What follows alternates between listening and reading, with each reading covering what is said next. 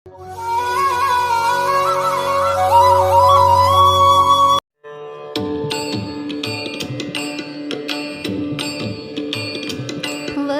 शक्ति हमें दो दयानिधि, कर्तव्य मार्ग पर डट जावे। वह शक्ति हमें दो दयानिधि, कर्तव्य मार्ग पर डट जावे। पर सेवा पर उपकार में हम जग जीवन सफल बना जावे।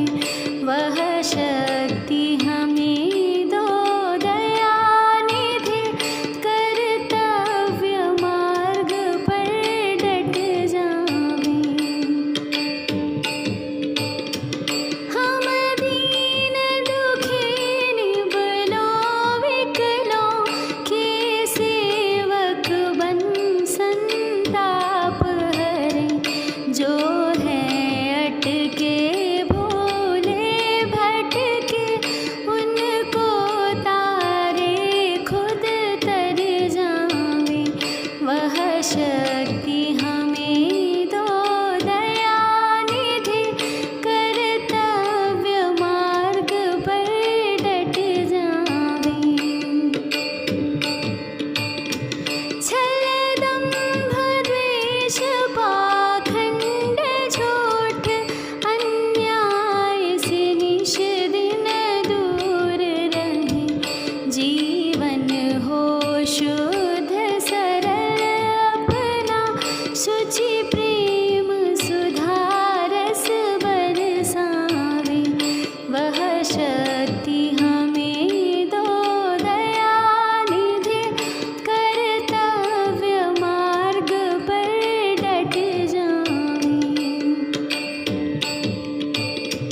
निज आन मान मर्यादा का प्रभु ध्यान रहे, अभिमान रहे।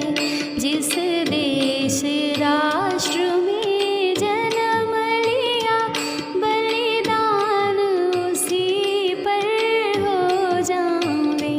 वह शक्ति हमें दो दयानिधि, कर्तव्य मार्ग पर डट जावे। पर सेवा पर उपकार में हम जग जीवन सफल बना जावे। वह शक्ति हमें दो दयानिधि, कर्तव्य मार्ग पर डट जावे। Good morning students. Thought of the day यानी आज का सुविचार है, बेहतर उपदेश आप अपने होठों के बजाय अपने जीवन से दे सकते हैं।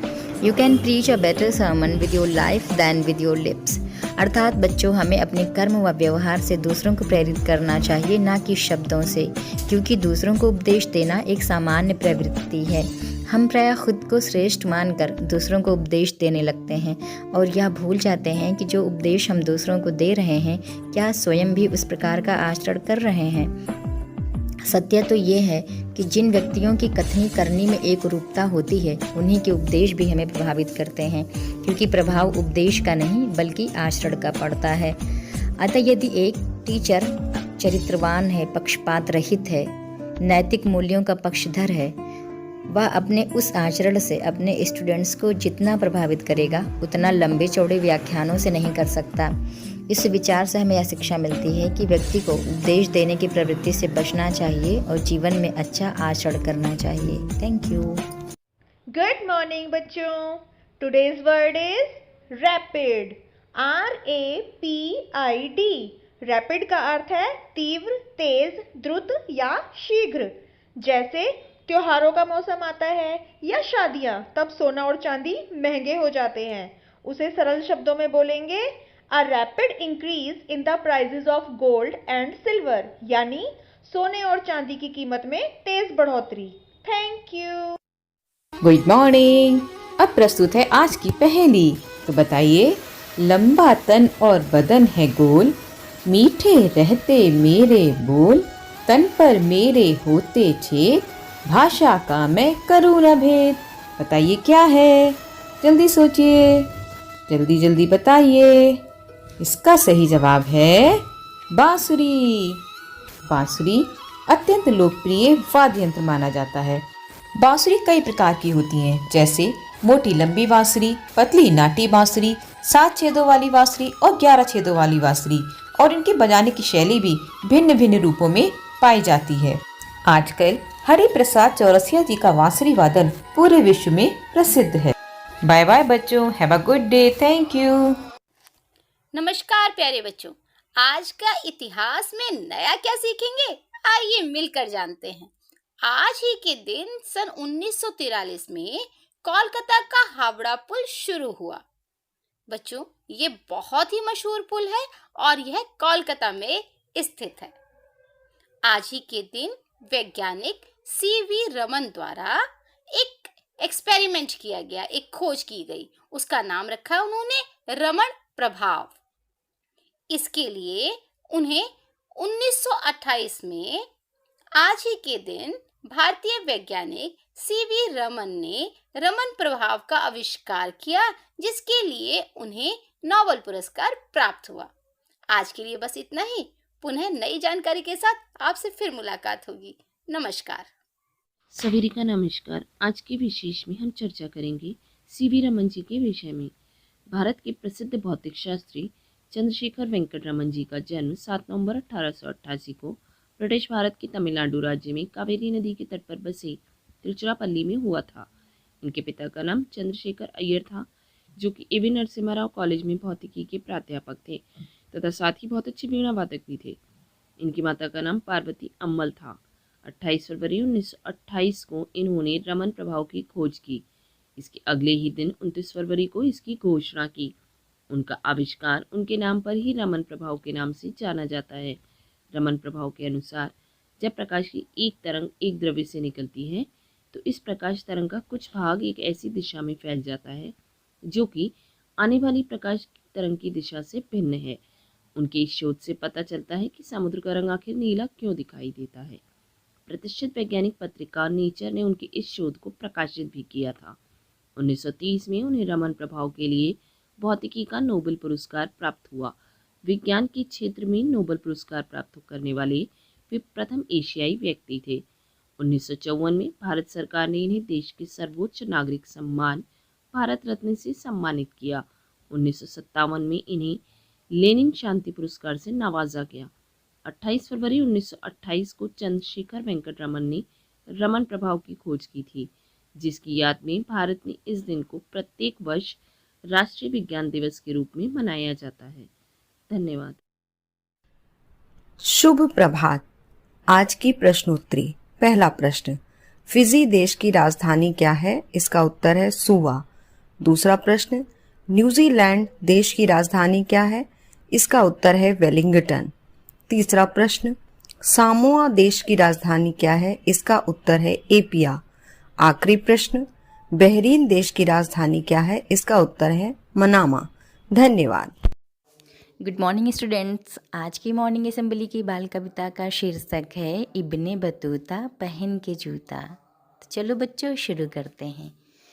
इब्ने बतूता पहन के जूता निकल पड़े तूफान में, थोड़ी हवा नाक में घुस गई थोड़ी कान में, कभी नाक को कभी कान को मलते इब्ने बतूता, इसी बीच में निकल पड़ा उनके पैरों का जूता, उड़ते उड़ते जूता उनका जा पहुंचा जापान में, इब्ने बतूता खड़े रह गए मोची की दुकान में, इब्ने बतूता पहन के जूता निकल पड़े तूफान में, निकल पड़े तूफान में। Thank you. आज की कहानी का शीर्षक है करना हो सो कीजिए। एक कौआ था। वह रोज नदी किनारे जाता और बगुले के साथ बैठता। धीरे धीरे दोनों में दोस्ती हो गई। बगुला मछलियां पकड़ता और कौए को खिलाया करता। बगुला आसमान में उड़ता, ऊंचा और ऊंचा उड़ता ही जाता। निगाह उसकी बराबर नीचे रहती।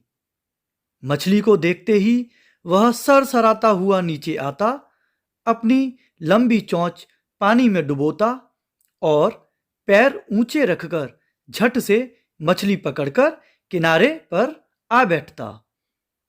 कौआ यह सब देखता। उसका भी मन होता कि वह ऐसा ही करे। वह मन ही मन सोचा करता, चलूं मैं भी ऐसा ही करूं। इसमें कौन सी बड़ी बात है। ऊपर उड़ना, निगाह नीचे की तरफ रखना, मछली दिखते ही नीचे आना, चोंच फैलाकर पानी में डालना, औंधा सिर करके पैर ऊपर की तरफ रखना। मछली पकड़ में नहीं आएगी तो आखिर जाएगी कहाँ। सब कुछ सोच विचार कर एक दिन कौआ आसमान में उड़ा, बहुत ऊंचा उड़ा, पर आखिर वह कितना ऊंचा उड़ता। इसी बीच उसे पानी में एक मछली दिखाई पड़ी। कौआ सरसराता हुआ नीचे उतरा, पैर ऊंचे रखे और चोंच नीची करके फुर्ती के साथ मछली पकड़ने झपटा। पर मछली वहां से खिसक गई और चोंच काई में उलझ गई, पैर ऊंचे रह गए। कौआ छटपटाने लगा। ऊपर आने की बहुत मेहनत की, पर सिर तो पानी के अंदर ही अंदर डूबता चला गया। इसी बीच बगुला वहां पहुंचा। बगुले को दया आ गई। उसने बड़ी मुश्किल से कौए को पानी से बाहर खींच निकाला। उस दिन से कौआ समझ गया और बगुले की नकल करना भूल गया। नमस्कार। आज मोटिवेटर सेल्फ का विषय है सफलता का रास्ता। हर प्रयास के साथ सफलता या असफलता की एक संभावना जुड़ी होती है, इसलिए हमें प्रयास तो करना ही चाहिए। सफलता असफलता हमारे हाथ में नहीं है, हमारे हाथ में है सिर्फ प्रयास करना। असफलता के डर को इतना बढ़ा लिया कि प्रयास ही नहीं किया तो असफलता निश्चित है। हर समय हर परिस्थिति में हमारे सामने 3 रास्ते होते हैं। पहला डर वाला रास्ता, हार जाने का डर, अनुभव ना होने का डर, बेइज्जती का डर, अच्छा परफॉर्म ना कर पाने का डर, लोग क्या कहेंगे इसका डर। इस रास्ते पर चलने वालों की हार पक्की है। दूसरा है लालच वाला रास्ता, शॉर्टकट का रास्ता, धोखे से झूठ बोलकर आगे बढ़ने का रास्ता, एन केन प्रकारेण हासिल करने का रास्ता। इस रास्ते पर चलने से आप जीत तो सकते हैं, पर वो स्थायी नहीं होती। शुरू में रास्ता भले ही आसान लगे, पर आगे चलकर मुश्किल हो जाता है। और तीसरा रास्ता है सीखने का रास्ता, लर्निंग का रास्ता, अपने क्षेत्र के पक्के खिलाड़ी बनने का रास्ता। आप जिस भी क्षेत्र में हो, आपको सीखकर उस क्षेत्र में आगे बढ़ना है, बेहतर बनना है। अगर आप स्टूडेंट हो तो आपको बेहतरीन स्टूडेंट बनना है, अगर टीचर हो तो आपको बेहतरीन टीचर बनना है। बेहतरीन बनने के लिए सीखने का रास्ता सबसे बेहतरीन होता है और इस रास्ते पर चलने वालों की जीत पक्की है। धन्यवाद। आपका दिन शुभ हो।